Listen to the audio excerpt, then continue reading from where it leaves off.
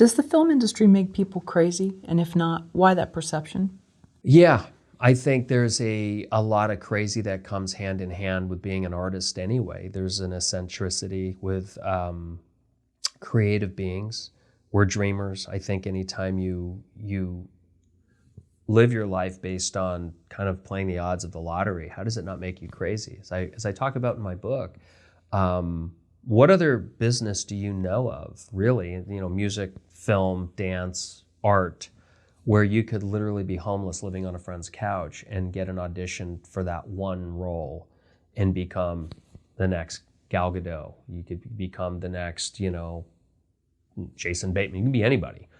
And, you know, you think about doctors, lawyers, successful business people. They have a path. They still may be trying to figure out that path, but they usually go to college.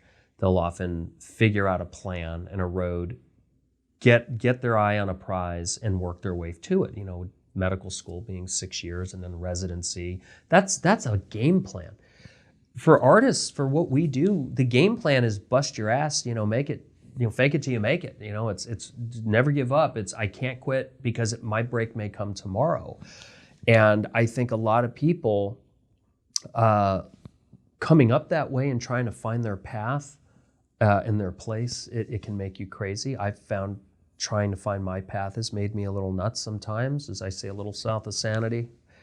I also find once we get in a position of authority, I think no other industry is unkind as ours. And I know everybody says there's horrible people in every industry. I've been around every industry you can imagine because of what I do and the things that I've experienced and shot.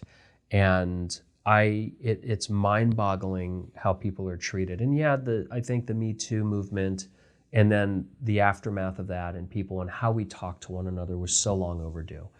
But it's amazing what people get away with, and I still think they get away with it. You know, how they talk to each other and treat people. That can make people crazy. You know, I think it does. Sure. What about people's reactions to artists? You know, there's all these sort of stigmas that artists are selfish or whatever. Can we talk about other people's reactions? Can I swear? Okay. I was just going to say one swear word. One F-bomb. I probably be the only one. Okay. I have a brother who I love more than anything. He's very successful. And he has a motto that he's always kind of looked at what we do. And he's always said, look, you want to be an artist, go paint in the fucking park on Saturday. Get a job. Life's a business. Don't, you know, life goes by fast. You don't want to look back when you're 40 or 50 and wonder what happened. You know, he's the smart squirrel that always stashed away during the winter, you know, for the winter months. And I see that. I came from my mother was from Manhattan, from New York. A very successful lawyer was her father. She was a very successful real estate agent. Her brother was the director of primary care for Kaiser. And the fact that I didn't go to college, the fact that I just wanted to be a dreamer, figure out what I'm going to do with myself. And, you know, the three choices I picked were music, dirt bikes, and film. So you don't need a college education for either, and all of them are pretty big shots in the dark. I think people look at artists and, as I call us, you know, people who express themselves for a living. A lot of people don't understand it. I find when I talk with different schools, different institutions, a lot of parents are more supportive now than they were when I was growing up, because you have things like, you know, somebody like Mark Zuckerberg coming along and creating Facebook. You have somebody who created Twitter or Pinterest, and all these things that one day they wrote a code for something that made them a billionaire overnight. So I think we have a little more leeway and a little more grace from people who look down at the dreamers and the creative beings. But I still get sad when I talk to a lot of the youngsters coming up, and it's like they don't have the support from their family, especially the ones that are going to community college, because they don't have the financial means to put themselves through a good school, and they certainly don't have the support of parents. I actually encounter some very well-to-do people in the community colleges whose parents are like, I'll write the check to go to USC tomorrow. You want to go to Yale? We'll make it happen. But you're going to go down this path? You're on your own. And I think that's unfortunate. So I think there's a little bit of a stigma still, but I don't think it's as bad as it was when I was coming up. Do you think people in community colleges, I know we're going off on a little bit of a tangent, but are less competitive with one another? I mean, I went to a community college. At that time, the internet was just starting up, so you couldn't look somebody up and say, oh, what's this person's deal? So you could be more anonymous. But I felt like it wasn't like uber competitive, and I was able to enjoy myself there. I've gotten to the point where whenever a community college says, would you, could you, can you, the answer is yes. Because there's a purity, there is a drive, there is a determination without prejudice. I find a lot of the people at community colleges now are on their second wave of life. They're often parents. They take buses and public modes of transportation to get to school. They're putting themselves through, paying a few $100s a unit to try to get to something. And I enjoy that crowd a lot. I do work with a lot of universities, and I appreciate and cherish that time too, but the mindset is different. I can tell you, without naming names, there are universities that accept the fact that their students will not finish their thesis film after having 3 years to do it, and they still get a beautiful diploma and march down the stage.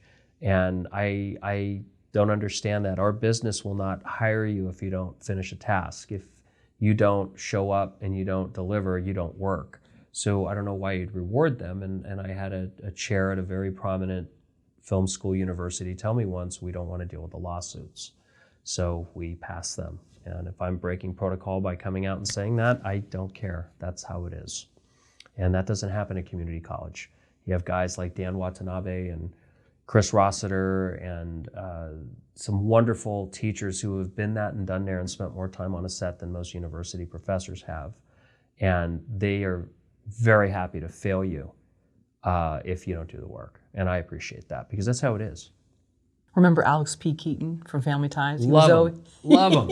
He was always... Marty McFly, yeah, come on. He was always throwing community colleges under the bus. That was his go-to thing. But I think they are salt of the earth, and I it's funny. I will tell you, when I first wrote my book, and a few of the universities were getting excited, and a few blacklisted me, and just by the title of the book, because I used to be welcome to give lectures and workshops and speak, and then as soon as they read the manuscript, it was, well, the title of your book, you're out. And it's like, I have no problem with film school.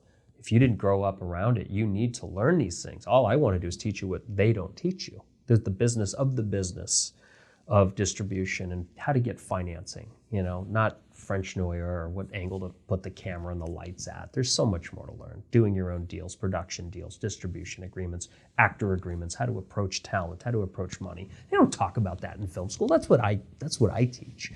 And when I first got people excited about the book, and it started like, well, there's 9 community colleges out where you are, and we'd really love to get you roped in with them. I at first was a little kind of like, what am I getting into here?